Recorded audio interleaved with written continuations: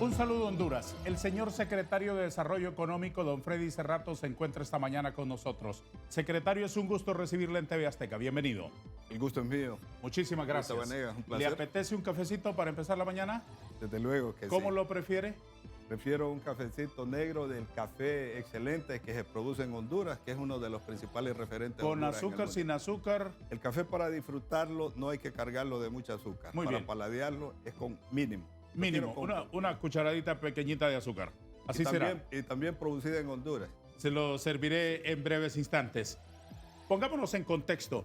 ¿Qué potestades y funciones tiene su secretaría? Extraordinaria. Es la que debe promover la inversión en el país, sobre todo.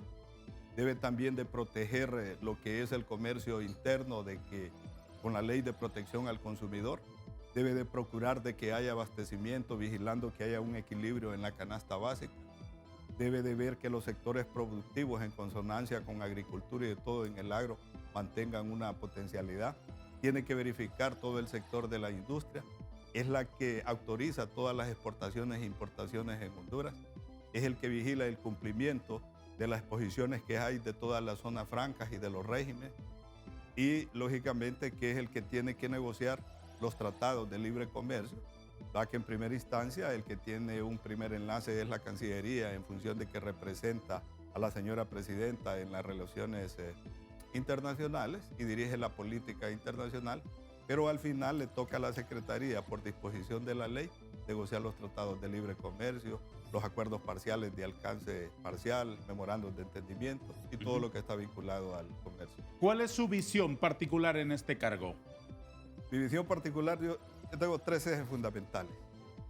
Lógicamente que queremos propiciar un clima de inversión tanto para el hondureño fundamentalmente como para el inversionista extranjero, lo cual se ha vuelto bastante complejo en este gobierno. Aquí tiene su cafecito, mire, secretario. Muchísimas gracias, porque hay un clima áspero, hay un clima de confrontación a raíz de una serie de disposiciones que ha dictado el Ejecutivo, empezando por la propuesta de la Ley de Justicia Tributaria, también porque muchos no son consonantes, por ejemplo, porque abrimos relaciones bilaterales con China y una serie de medidas que se están tomando de parte del gobierno donde quiere incorporarse a la cooperación andina para el fomento, por ejemplo. Queremos también ser parte del BRIC.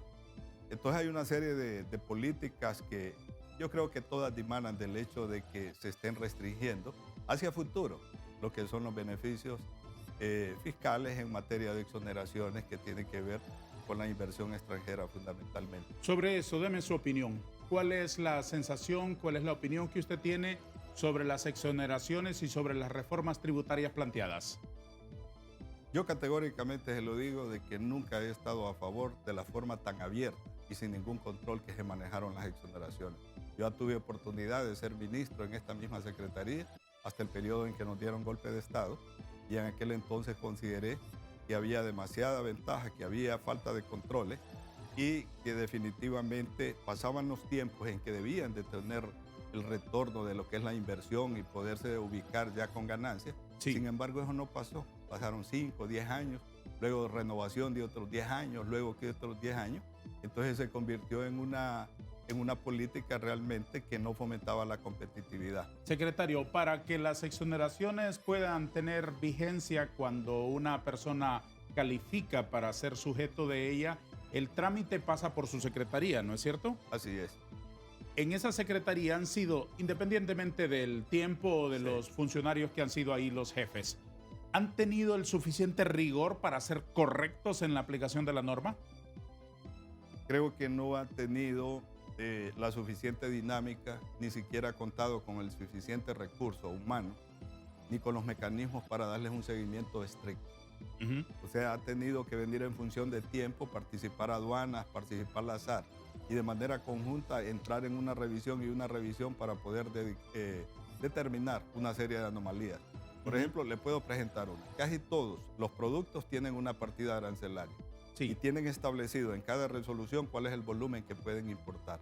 Con una pequeña modificación que hagan de un número en esas partidas arancelarias, que a veces son miles, entonces le permiten la entrada toneladas de un producto que de repente ya está fuera del contexto para el cual se le dio el permiso. Eso es una trampa. Esa es una cuestión. que son cuestiones que también, que yo lo puedo decir con propiedad, existen. Entonces, esas situaciones no debieron de haberse dado. Y también la otra cuestión es el tener de manera indefinida prácticamente los beneficios.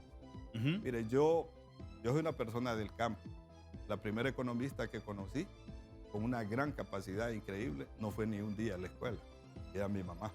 O sea, como el fin de semana ella enfrentaba una planilla para pagarle a todas sus trabajadoras en una gran panadería, que traía el producto de allá de Oriente para que... Entonces a mí me pueden hablar de muchísimas teorías y de muchísimos conocimientos, pero la practicidad, el sentido común es lo que le da a usted la mejor universidad de la vida. Entonces, cuando usted mira que un negocio lo establece durante 30 años y le sigue dando exoneraciones, usted dice, algo anda mal. Si este debió haber tenido beneficios, para que en determinado tiempo, desde que se hace el estudio, usted va a ver cuál es la tasa de retorno que va a tener en determinado momento y que eso le va a llegar a tener una estabilidad. Y aparte de haber generado los empleos, les va a tributar al país, porque no se trata en un país solo de generar un empleo de salario mínimo, se trata de un país donde necesita impulsar educación, donde necesita infraestructura. Y eso no se puede lograr si no hay tributos utilizados adecuadamente. La persona que estaba antes sentada en su silla estaba frontalmente en contra de las reformas tributarias. ¿Usted sí está a favor? Yo estoy totalmente a favor. Y le voy a decir una cuestión. Ni siquiera hubiera aceptado el cargo si de antemano hubiese estado en contra. O sea que yo tengo una postura a favor desde hace más de una década atrás. ¿Con qué credenciales llegó usted a ser secretario de Desarrollo Económico? ¿No debería de estar ahí un economista? Ya los han habido por montones. Lo tomaron con la credencial bajo dos conceptos que considera la señora presidenta y el señor presidente. Primero, que ya me desempeñé en el cargo y que en aquel momento lo hicieron. Yo soy abogado con una especialidad en Derecho Mercantil y con mucha experiencia en el manejo de lo que son las cosas financieras, porque me he dedicado a eso. Pero hay un concepto fundamental. Tengo compromiso con la causa del pueblo, que quiero realmente lo mejor para el pueblo. Yo hice la ley de protección al consumidor, lo digo así, con un equipo de trabajo, tomando la iniciativa de ley, lo envié al Congreso. Es una ley fabulosa que favorece al pueblo en general y favorece a los empresarios. Ya hablaremos de ello, ya hablaremos de ello. ¿Le frustra no ser magistrado de la Corte Suprema? En este momento no, pero sí en el momento que se dio el resultado consideré que era un acto de injusticia el que hicieron conmigo, porque lo hicieron bajo el concepto de que queriendo ayudar en el Info, porque me lo pidió la señora presidenta, después lo usaron como argumento de que había infringido la ley porque aún me quedaba un mes como presidente del Colegio de Abogados y que tenía 2 cargos, lo cual es totalmente falso desde la Ley General de la Administración Pública. No lo voy a dejar ir de este salón sin pedirle una opinión sobre otras cosas que no tienen que ver su secretaría. Aprovecho ahora mismo, en un par de minutos, para dilucidar estas inquietudes. ¿Qué opina del proceso de selección del fiscal general y el fiscal adjunto? Desde la experiencia personal dejé de creer en los procesos y creo que son cuestiones absolutamente políticas, que las tienen calculadas y al fin y al cabo no es una cuestión de meritocracia, sino que es una cuestión de arreglos políticos y que simplemente se los van a distribuir de conformidad con los pesos y contrapesos en el Congreso. O sea, ¿estamos asistiendo a una pantomima, a una farsa? Por lo menos yo consideré que en la que yo participé fue una farsa, porque si bien el Congreso les hizo una ley como la pidió la sociedad civil y los organismos internacionales, al final los 7 que conformaban la Junta Nominadora, cada uno tenía una tendencia política. ¿Quiénes montan la farsa, don Freddy? Y decidieron armar dos grupos. Fíjese que la situación, en esta ocasión el Congreso les dio chance, pero parece mentira que después las mismas organizaciones sociales, las organizaciones gremiales ya tienen una postura. Pero detrás de ellos están los políticos de toda la vida. Pero no son niños los que están ahí. Por ejemplo, al COE, ¿quién le dijo al COE a quién iba a nombrar? Entonces, por ejemplo, tiene el caso de don Olma, un señor absolutamente político, quiera decir, ¿no? Levantó la mano y votó en contra mía bajo ningún argumento, porque ahí hay una composición de cosas que no me gustaría entrar ya en este detalle, pero al fin y al cabo, las personas que levantaron la mano es porque venían con un problema conmigo, simplemente porque yo gané la presidencia del Colegio de Abogados después de 14 años que el Frente Patria y Justicia lo había dirigido. Lo mismo es ahora con el fiscal general y el fiscal adjunto. ¿Son otro tipo de consideraciones las que hay detrás de la Junta proponente? Sin duda, lo deben de existir y ellos sabrán la situación. Yo lo dije desde el inicio, me fueron a buscar para decir algunos sectores interesados si me iba a postular para fiscal. Ajá. Les dije rotundamente que no, que para mí una vez había sido suficiente, porque sí me molestó, porque no había ningún argumento para haberme aislado de la nominación del grupo que iba al Congreso. No dudo, señor Cerrato, de su compromiso con la justicia. Su carrera profesional y su trabajo gremial así lo respalda. Quiero entonces escuchar su breve opinión sobre este acontecimiento que desfila frente a los ojos de todos los hondureños con la salida de la Comisión de Evaluación de las Naciones Unidas, que hace que cada vez veamos más lejos la instalación de la Sisi. ¿Cómo lo interpreta? Sigo en la esperanza de que efectivamente se va a instalar la Sisi. ¿Qué actos objetivos tiene para creerlo?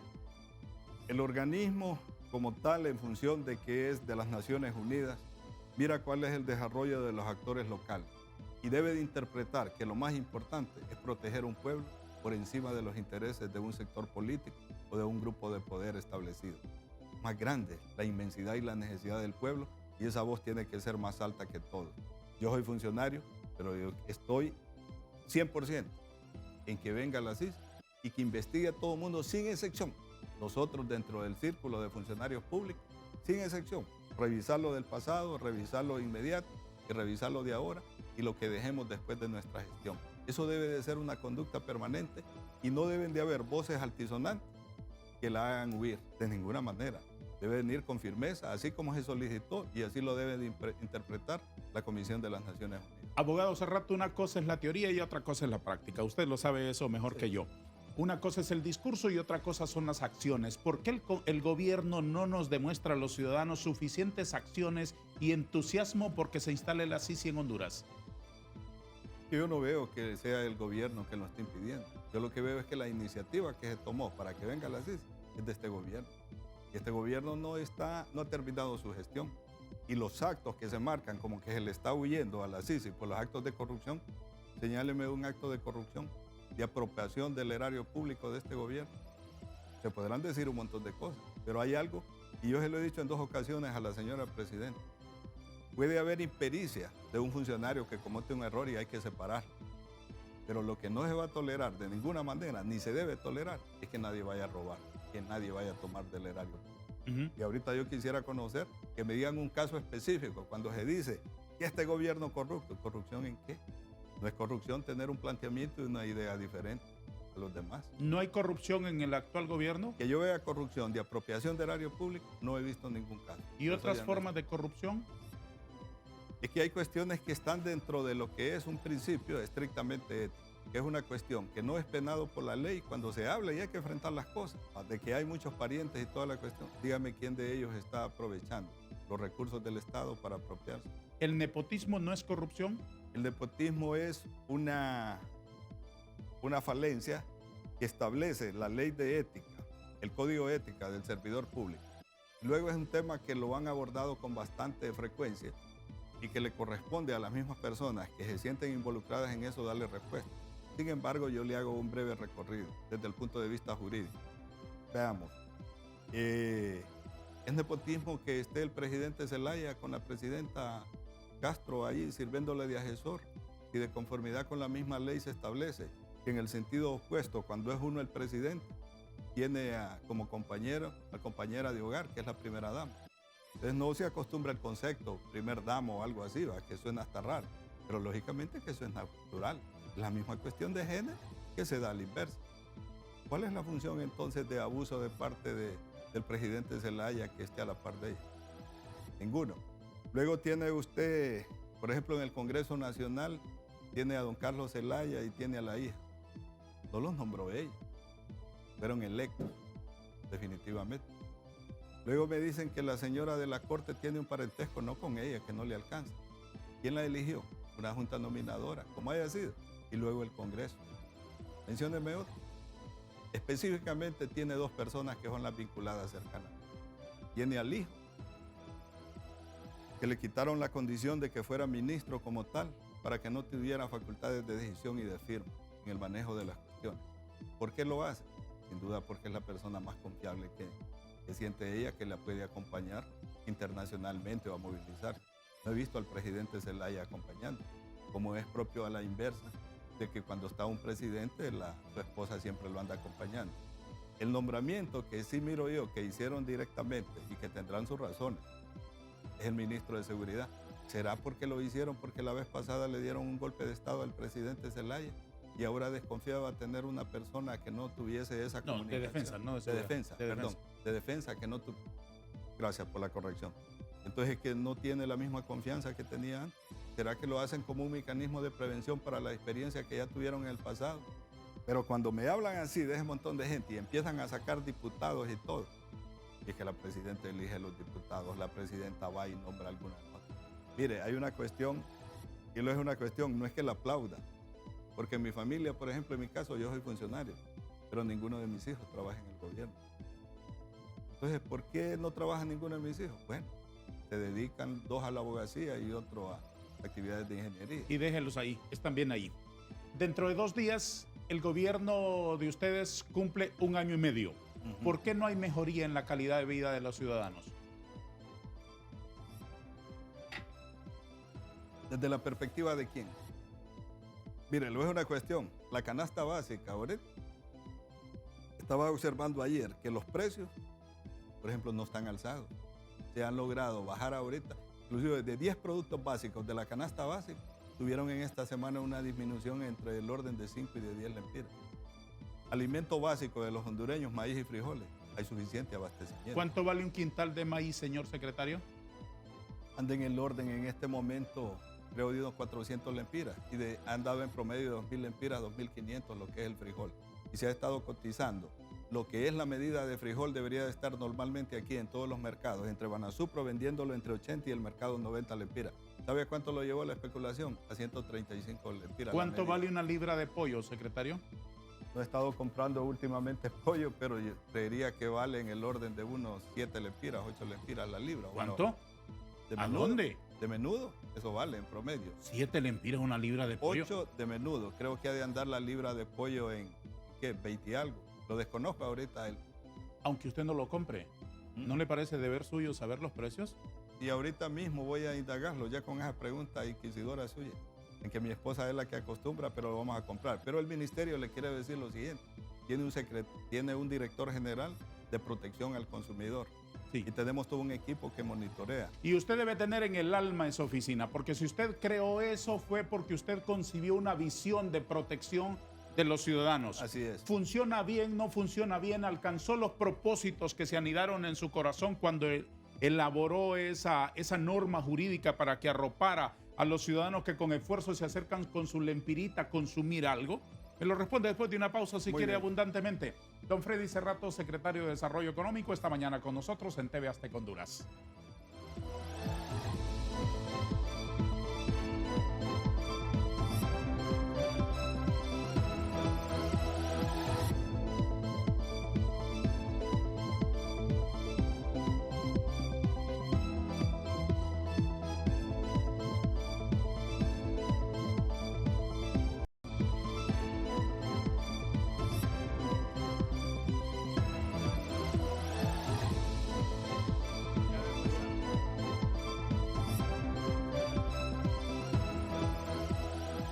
Secretario de Desarrollo Económico, ¿qué hace usted contra la inflación? Contra la inflación, uno de los que más frena la inflación es la generación de empleo. Desde luego, cuando hay generación de empleo y hay un factor que se llama producción, entonces usted le ayuda de manera enérgica a la canasta básica. ¿Cuáles son, por ejemplo, un mecanismo impulsor de lo que es inflación? Usted tiene, por ejemplo, los costos de los combustibles, los costos de la energía, que todo eso va a impactar. Este gobierno no puede definir en el mercado internacional cuál es el precio de los carburantes. Y eso hay que ser categórico. Eso de estar cada semana tratando de justificarse en el gobierno, hay que ser claro. Nosotros no generamos combustible. Nosotros los importamos. Y es el mercado internacional, con todos sus factores, lo que viene a determinar cuál es el precio. Lo que hace el gobierno es restringir lo que es el beneficio que obtiene. ¿Verdad? Que hay una parte del componente del precio que lo dan al gobierno. El gobierno en este momento está absorbiendo 10 lempiras por cada galón de combustible, por si no lo sabe el pueblo. 10 lempiras de disminución. Y para lo que es la gente que se dedica al transporte de mercaderías a nivel de Centroamérica y todo, les está generando 13 lempiras por cada galón. Y es un impacto que realmente lo absorbe el gobierno en el sentido de que al no tener esa captación de fondos, pues lógicamente disminuye sus ingresos presupuestarios para desarrollar otras obras. Generación de empleo. Miren, el campo, contrario a lo que se dice en la ciudad, porque en la ciudad lo que más se siembra es cizaña y crece rápidamente. Pero en lo que es en el campo, cizaña, intriga, dudas, división, etcétera. División, y se ramifica con mucha fuerza y se fertiliza y no se tiene cuidado a través de, lógicamente, de cómo se llama, de los medios cuando se da a conocer la situación. De acuerdo. Porque si solo damos a conocer las partes negativas, entonces llenamos a un pueblo de negativismo y eso contribuye en gran manera a crear un clima de desconfianza. Vamos a ver, ¿están generando trabajo en el campo? Fíjese en el campo. Miro, por ejemplo, a la ministra Laura. Usted va y se acerca a comentar que la trajera y que le diese la oportunidad de que le diga cuántos programas agrícolas y de apoyo del gobierno. La he invitado y rechazó 2 veces nuestra invitación. Voy a hablar con ella. De repente es que le temen a su periodismo bastante punzante y ¿cómo se llama? Y directo. ¿Verdad? Pero el funcionario debe tener tolerancia. Usted me puede hacer una pregunta y no necesariamente me la hace toda. Yo no soy un todólogo. Yo soy una persona que funcionó como ministro acompañado de un equipo.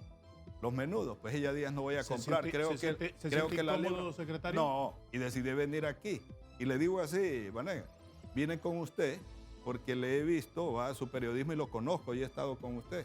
Entonces me vengo a someter aquí porque yo vengo como otro hondureño, ¿verdad? Bien intencionado, con cierto expertise y conocimiento en unos temas, pero con una condición así de clara. Y lo he dicho en el ministerio y lo sabe la presidenta Zelaya. Yo tengo un carácter firme en la toma de decisiones, con un criterio y sentido común de las cosas. Entonces podré tener a un funcionario a la par mía que tiene 30 años, 20 años de estar en la secretaría, él tiene competencias, pero la autoridad la tengo yo si me nombraron como ministro, para que después de sentarme con ellos y ver lo que es más conveniente para el interés del pueblo, para el sector empresarial, para el sector consumidor, para los sectores del país. Entonces, es decir, esta es la línea que vamos a tomar. Hábleme pues de sus decisiones y de su autoridad. ¿Qué hace usted? Le voy a plantear otro de los elementos que tienen que ver con la inflación y con los altos precios de los productos de consumo popular esencialmente. ¿Qué hace usted para evitar esa cada vez más extensa intermediación entre el productor y el consumidor? Por ejemplo, tiene usted que sentarse con la cadena de distribución, porque donde los precios suben no es tanto en el productor del campo, que es el que se esfuerza, se fatiga, sino que viene el transporte, viene el embalaje, viene una pequeña transformación, lleva al anaquel y le van cambiando. Ahorita mismo tenemos una sesión, el día de mañana está prevista, con la organización que hay de todos los supermercados de Honduras. Entonces con ellos tengo que entrar en una plática y todo, y tenemos que buscar el proceso, que es una idea de un servidor en la ley que creamos justamente cuando nos dieron golpe de Estado, que no hubo posibilidad de desarrollarla y de enseñársela al pueblo. ¿Qué pretenden lograr ahí concretamente? Hay que etiquetar el precio. Hay que venir y establecer, debe de haber, como lo tenía en aquel entonces, yo creé una comisión de análisis de costos. Entonces permitía sentarse con el empresario y decirle, mire, sus promedios de costo, ¿cómo andan? Tenga una utilidad adecuada y trate bien al comprador. Este comprador es el que le va a generar a usted su riqueza y su ingreso.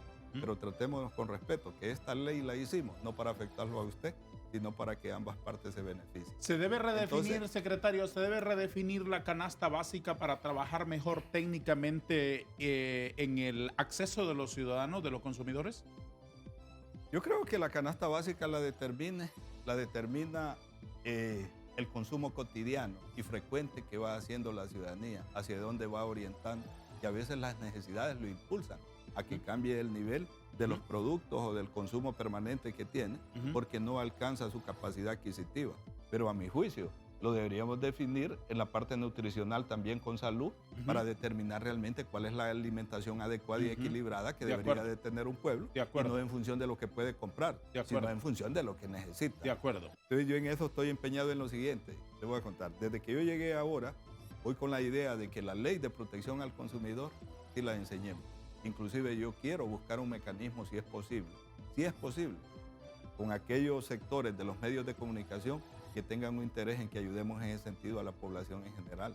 Porque eso no debería ser una política solo de un gobierno, sino permanente, como una política de Estado. La ley yo la concebí en aquel momento para que fuera enseñada a partir de tercer grado en los centros educativos, bajo la idea de que el pueblo que mejor defiende y reconoce sus obligaciones es un pueblo educado. Entonces yo quiero enseñar la ley de protección al consumidor. No tanto que anden 15, que son los que hay ahorita, me dicen de protección al consumidor. Cuando yo me fui tenía como 45 aquí, había creado una gran oficina en San Pedro Sula y la estábamos poniendo. ¿45 qué empleados? Tenía 45, solo inspectores ¿Ahora? De base. Hay 10. 10 personas 10 tienen la personas dirección para Honduras. de protección al consumidor. Así es. Entonces, ¿qué van a hacer con eso? Es una cuestión absurda. Entonces yo voy a cambiar el mecanismo. Quiero, por ejemplo, una oficina de relaciones públicas manejada técnicamente, no para que me saquen a mí, sino para que transmiten, podamos diseñar algún tipo de programa o de publicidad que nos permita orientar al pueblo. ¿En qué sentido? Decir, usted llega al supermercado y usted tiene que verificar cuál es la calidad del producto, el contenido, si no está vencido. Enseñarle, por ejemplo, sobre garantías, que Sí. todo producto le da derecho a él, que tiene 3 opciones. Uno, si el producto está malo, se lo deben cambiar. Si el producto está dañado, se lo deben reparar. Y si no, le deben devolver. Aquí en Honduras, la publicidad es engañosa. Todo el mundo que está en publicidad, que esto y que lo otro, no es cierto. ¿Es por falta de empleados que eso no funciona? No ha habido una voluntad política para echarlo a andar, porque ha habido más fuerza del sector que no quiere que se conozca. Por ejemplo, le voy a señalar solo un detalle en esa ley, de la parte financiera, del sistema financiero hondureño. Allí se establece desde aquel entonces que se quita la cláusula penal de los intereses. Vanegas sacó un préstamo de 200,000 lempiras, han pasado 2 meses y Vanegas dice, lo voy a devolver porque tuve ingresos y todo y no quiero seguir pagando intereses. Entonces el banco viene y le dice, 6 meses de cláusula penal de intereses anticipados por el manejo de la cuenta, 1 año. Así se maneja históricamente. Eso le prohíbe. Usted tiene derecho a pagar sobresaldos insolutos. Los intereses que acumuló nada más de 2 meses y se acabó. Por supuesto. Eso está en la ley. Por ¿A quién le supuesto. favoreció eso? Sobre todo a los empresarios y también gente humilde que es acá. Y si ni esas cosas que son de mayor calado ni las pequeñas, secretario, si usted compra este bote y lo quiere devolver por cualquier anomalía, en las sociedades serias incluso por insatisfacción, porque usted cambie de opinión, no tiene que darle explicación al vendedor. ¿Por qué quiere devolver este bote que acaba de comprar hace 20 minutos o hace un mes? Porque lo quiero devolver, punto, porque yo soy el consumidor. Lo quiere devolver. En Honduras es imposible devolver algo y que le devuelvan dinero. Le rotulan en la frente a los consumidores.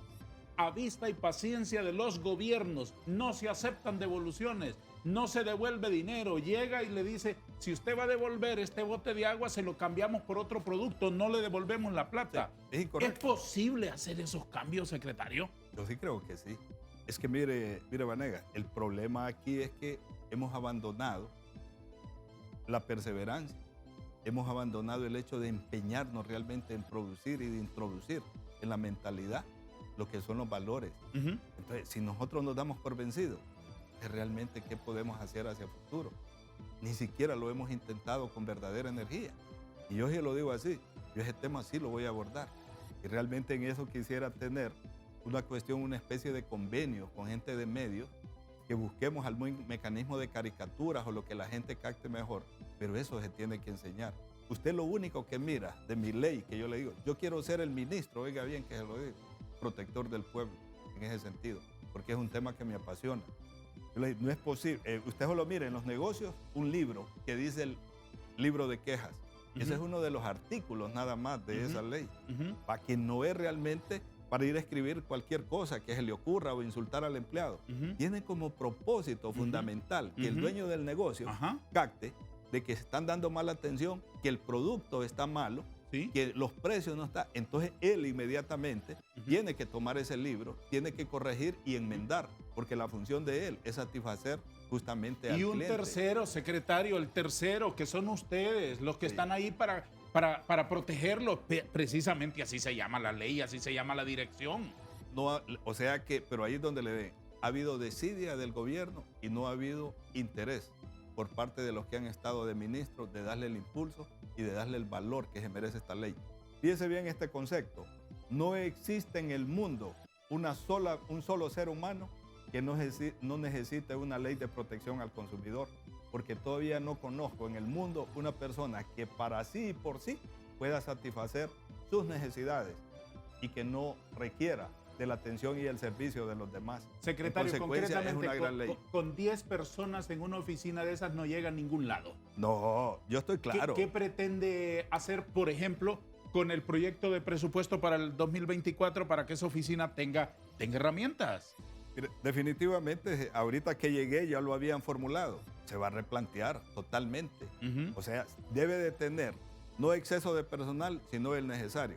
Pero el personal, a su vez, no puede andar de arriba abajo simplemente con un chaleco. Desde luego. Entonces yo lo que necesito es un equipo con conocimiento más técnico y lo que quiero es educar. Hacer, desde luego, monitoreo. Ponemos la ley, le empezamos a enseñar. Y luego le hacemos al azar inspecciones y todo para ver cómo va avanzando. Para eso también, no me lo está preguntando, pero he tenido una dinámica de viaje terrible. Fui ahorita a Ginebra, regresamos el fin de semana anterior, porque le correspondía a Honduras someterse a la cuarta ronda de examen del cumplimiento de las reglas de la Organización Mundial del Comercio, que se lo hacen cada 6 años. Sí.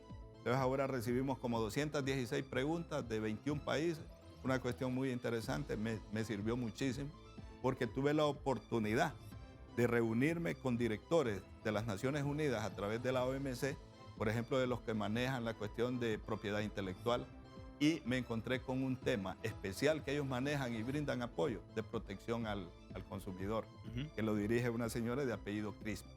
Entonces le hablé de esta ley y ella me salió espontáneamente diciendo, tenemos toda una plataforma y un mecanismo de cómo entrar en los países con el mecanismo de educación. Debe aprovecharse, eso es fundamental. Entonces inmediatamente, ayer mismo le escribí a la Cancillería, le escribí a nuestro representante en la OMC para inmediatamente empezar esa vinculación porque viene justamente a la medida de lo que necesito impulsar y tener un apoyo de ese nivel. Pues lógicamente ellos ya lo han experimentado en otros países donde sí se cumple. Pero aquí yo estoy claro en una cuestión, Vanega. No lo voy a hacer con la gente en la calle, lo necesito con la educación, con la formación. Desde luego. Hay una Fiscalía de Protección al Consumidor. Sí. No funciona, mire, tiene ese bolígrafo, permítame. Ahí está. Le voy a hacer una prueba. Todo esto yo lo concebí cuando la ley. Entonces viene ahí un lápiz, por ejemplo, que antes valía tal vez 10 lempiras, ahora vale 50 lempiras. Sí. Y se lo compra a la mamá, al chico, para que vaya a la escuela. Sí. No sirve. Entonces esa persona individualmente no hace ninguna acción. ¿A quién va a demandar ella por 50 lempiras? Sí. Lo desecha a la basura. Sí. Pero la fábrica hizo 10 millones de esos lápices que no servían. Entonces ahí es donde debe de haber una política bien clara de intervención del Ministerio Público, no basado en la denuncia, sino en la cuestión, en la investigación, la verificación conjuntamente con nosotros. Y dice, vamos a verificar que ese lápiz no es de calidad e independientemente de que individualmente no consideraba a alguien que tuviese la valía para irlo a denunciar, pero sí yo he descubierto que esa fábrica está afectando en esto y eso lo debemos de frenar. Ese es el nivel que yo quisiera encontrar en el mecanismo de formación. O sea, con más conocimiento técnico, más que el hecho de andar de lugar en lugar, sino el conocimiento técnico, la apropiación del tema, porque es un tema que afecta la economía de un país. Totalmente. Inimaginablemente. ¿Cómo es su relación? Se lo devuelvo. Muchas gracias. ¿Cómo es su relación con la empresa privada, secretario? Siempre he tenido una muy buena relación. Yo tengo por naturaleza un carácter que soy bastante directo, pero no soy confrontativo. Es decir, ¿cómo lograr eso? Hablemos con la verdad. O sea, planteen esto. Ahorita se lo digo así públicamente. Ya recibí al director del COED, que fueron a hablar sobre diversos temas. Querían conocerlo y lo digo aquí públicamente. Yo hago una gestión pública, no hago una gestión privada. En consecuencia, lo podemos discutir públicamente. Y eso es uno de los conceptos que yo manejo. Hablemos, todo hagámoslo dentro del marco de la ley, porque dentro del marco de la ley todo lo puedo, fuera de la ley ninguna cuestión. ¿Qué agenda tienen con ellos? Pues bien, ellos me fueron a plantear los puntos así de entrada. Número uno, queremos conocer, señor ministro, cómo va el avance y cómo tienen programado las negociaciones del Tratado de Libre Comercio con China. Sí.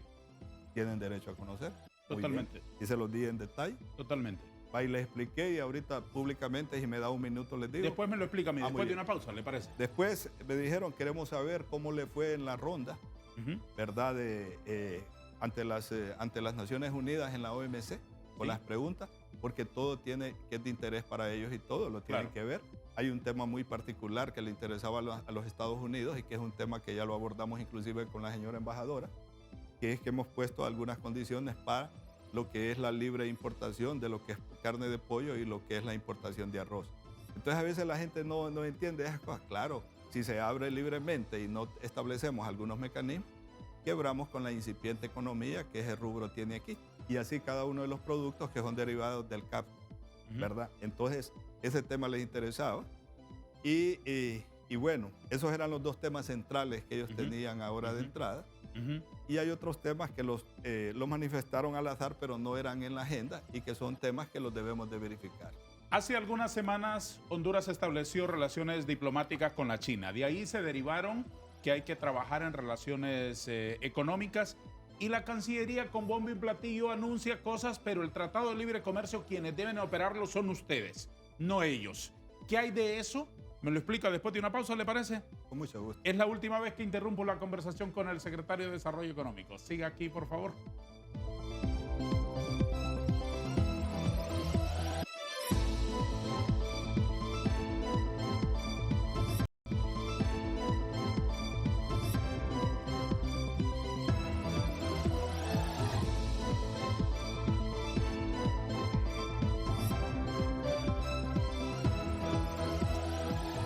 Secretario de Desarrollo Económico, ¿en qué está usted trabajando para llevar adelante el Tratado de Libre Comercio con China? ¿Bajo qué condiciones y qué expectativas tiene?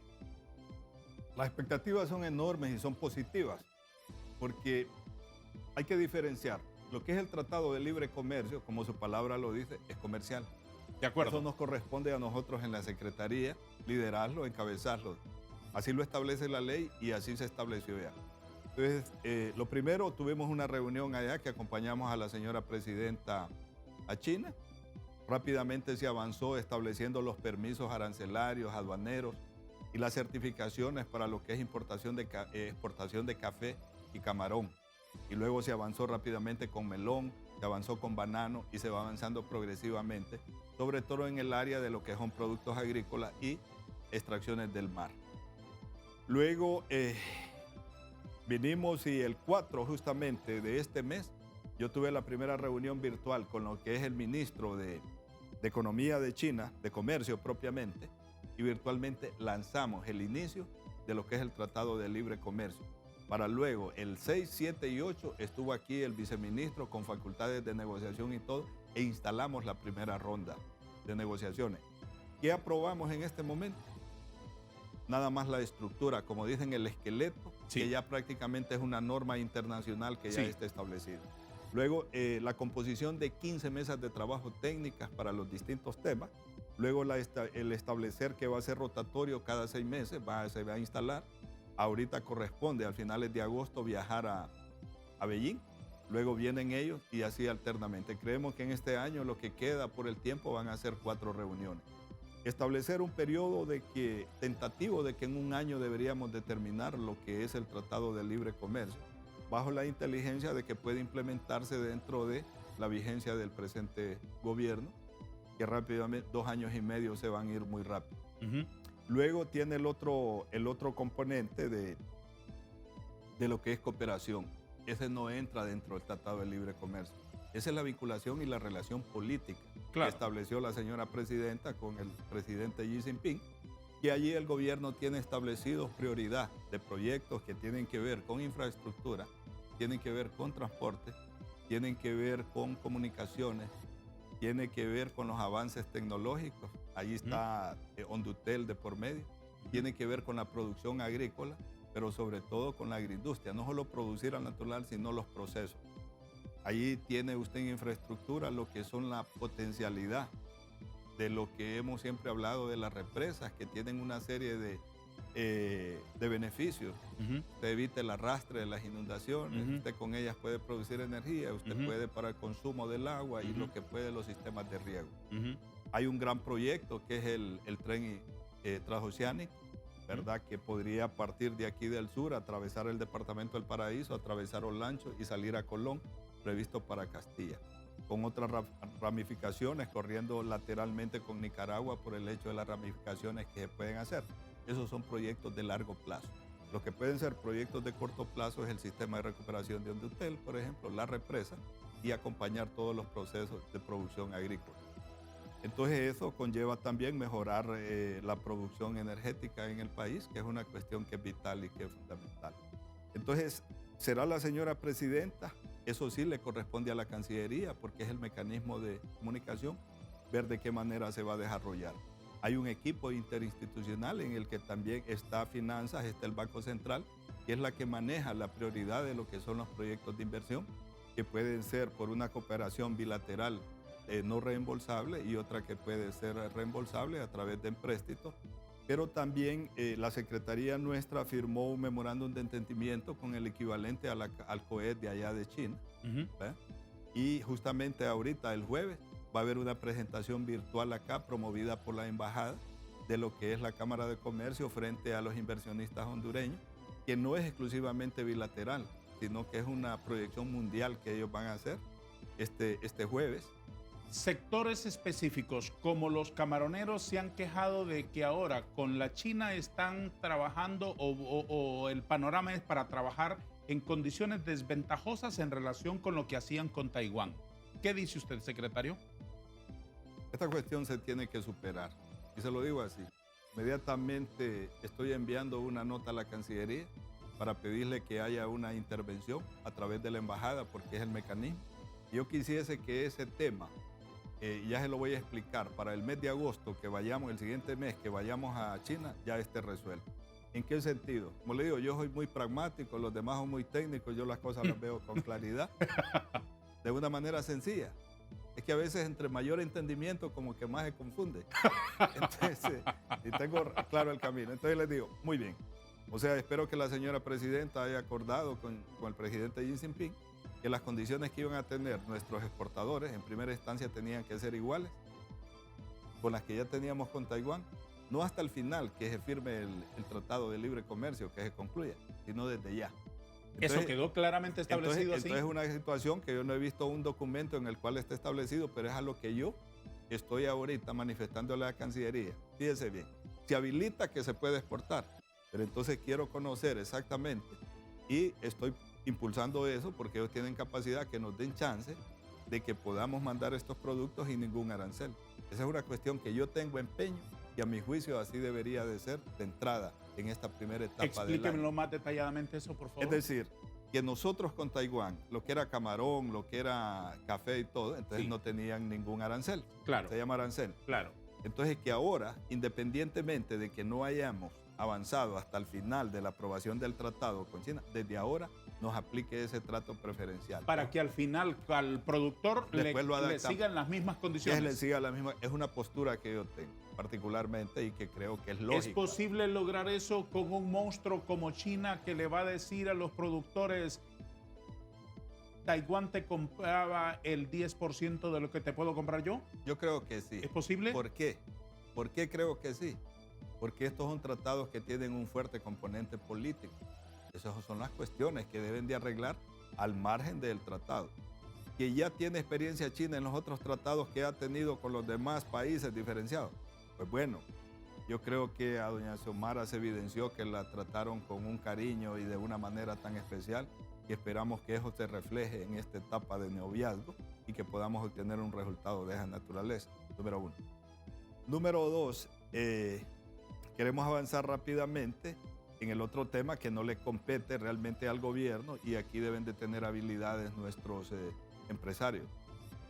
Eso no es parte del Tratado de Libre Comercio, a quién le voy a vender yo mi producto y qué precio vamos a acordar. ¿Sí? Ahí tiene que ver mucho la calidad y toda la cuestión de negociar. Es lógico que quien le quiere comprar por primera vez le dice a usted, no, pero yo le pago tanto. Esa es la cuestión del regateo y eso lo van a acordar para vender a un buen precio. Que sí es una realidad. Yo les dije el otro día a ellos, denme chance para ver cómo resolvemos esta situación. Entre tanto, ustedes sigan exportando a Taiwán. ¿Por qué? Porque el 12 de junio, fíjese bien, de junio, hasta esa fecha se presentó en la OMC la manifestación de dar por terminado el Tratado de Libre Comercio con Taiwán. Pero nos da una ventana de 180 días en los cuales se mantienen las operaciones como que estuviese vigente. Y eso les permite por lo menos avanzar el resto de este año pudiendo exportar. Y lo otro es que una vez que rompemos ese tipo de relación de un tratado de libre comercio, no significa que ellos con los clientes que tienen establecidos es que tienen prohibido seguirles vendiendo. Ellos pueden seguir vendiendo. ¿Qué garantías va a tomar usted o qué medidas va a tomar su oficina para que no sea desventajoso un tratado de libre comercio con un país frente al cual Honduras tiene tantas asimetrías? Es un concepto que todos lo sabemos y no lo vamos a ignorar ni lo vamos a desconocer. En la progresividad que se vaya negociando, se tiene que ir reflejando en los acuerdos de cuáles son las condiciones favorables que se nos dan en función de la asimetría. ¿Tiene el Honduras, equipo para lograr una negociación de ese calibre? el equipo que hay, que lo encabece, porque hay 3 niveles. Sí. Estamos los ministros, que no siempre vamos a estar asistiendo a las reuniones. Desde luego. Luego tenemos un coordinador o un jefe de la delegación o de negociadores. Y luego tiene usted 15 mesas de trabajo en los cuales también tiene un coordinador. Entonces va en ascenso la discusión. Entonces cuando llega una etapa de toma de decisiones, ahí le dije, no tengo la competencia, no tengo la autoridad y el sentido común. Eso se para ahí, no avanzamos en eso. No estamos obligados, ni ellos ni nosotros. Entonces lógicamente esperamos el sentido común, que el Señor nos dé sabiduría y tener, como dicen los empresarios, también lo preguntaron en el COED, que si iban a tener un cuarto adjunto. Yo le dije, claro que sí, nada más que el cuarto es enorme, porque vamos a incluir mucho más gente, mucho más hondureños, pensantes que puedan opinar, para que de esa manera no sea una negociación exclusivamente a la Está medida. pensando en consumidores más que solamente en empresarios productores. Es correcto. Entonces estoy pensando en los grandes empresarios que siempre han estado a la par. Y en consumidores también para que equilibren. Y los consumidores, porque el Tratado de Libre Comercio no es solo para vender, es también para comprar. Por supuesto. Y ahorita lo que hay es una... ¿Sabe cuánto importamos nosotros de China? Si usted mira cualquier aparatito y todo, dice hecho en China. ¿Sí? 2.000 millones de dólares importa Honduras ¿Y anualmente. vendemos? 10 millones. Imagínese la Entonces, asimetría. sí. Entonces ahí es donde yo le digo, ¿por qué no van a estar dispuestos a hacernos una concesión si lo que nosotros producimos y le vendemos es para un mercado de 1.400 millones de consumidores? Sí. Esta es una cuestión mía. Por supuesto. Secretario, solo tenemos un minuto. 1 año y medio cumple el actual gobierno. Sí. La situación económica de este país es espantosa. ¿Así será lo que falta del gobierno? Totalmente y diametralmente de opuesto en su criterio y en su apreciación. O sea, ¿En qué? Yo vivo allí en medio de ¿No es espantosa la situación económica de Honduras? No, así lo quieren hacer ver. ¿No es espantosa la situación económica de Honduras, secretario? No secretario? es tan espantosa como se quiere hacer ver. No, esa es una expresión. ¿En qué mundo vive usted, secretario? En el mundo que vive usted y en el mundo que vive cada uno de los hondureños. Y vivo en medio de los barrios pobres. Y subsistimos con grandes dificultades. ¿Cómo califica usted la situación económica de Honduras? El querer, óigame, si Honduras... No, ¿cómo la califica? Si no le parece espantosa... Pero tiene un término ¿Cómo medio. le parece? Y este gobierno está haciendo esfuerzos por mejorar las condiciones. Cuando usted viene y dice, mire, este país está hundido porque este gobierno en año y medio, y hay algo que no se quiere decir, pero que es necesario decirlo. Yo primero estuve director del Infoc y me di cuenta de que es como la piel. ¿Cuál es la primera pieza que hay en la piel? La dermis, epidermis, y va hacia abajo. Entonces, en la medida que usted le levanta, lo que encuentra es destrucción. ¿Cómo califica la situación económica? Dígame un adjetivo. En ascenso, en mejoría. Porque si usted mira los indicadores de todos los organismos del Banco Central, nosotros somos el único país de Centroamérica que tiene previsto para este año y el siguiente año, por lo menos manejar un Producto Interno Bruto con cierta estabilidad, donde nos mantenemos en el orden de un 4% y que no es superior a los otros países de Centroamérica. Lamento no tener tiempo, me quedaría platicando todo el día con usted sobre este asunto. Secretario, le agradezco su presencia aquí esta mañana. De todas maneras, ha sido un enorme placer, aunque cerremos así con una visión diferente, pero lógicamente sí siento que este gobierno está haciendo esfuerzos. Lo que tiene es una enorme oposición, donde eso no contribuye a que se mejore un clima en el país, porque se le señalan errores, pero también no se hace nada por crear una imagen pública de que en Honduras las cosas pueden mejorar. Y eso tiene que ver con crear un clima de inversión más adecuado. Aquí todo el detonante ha sido la ley de justicia tributaria y a partir de ahí todo se quiere ver mal. Gracias, secretario. Le deseo muchos éxitos. Encantado. Muy amable. Gracias por estar aquí. A todos también. Gracias. Adiós.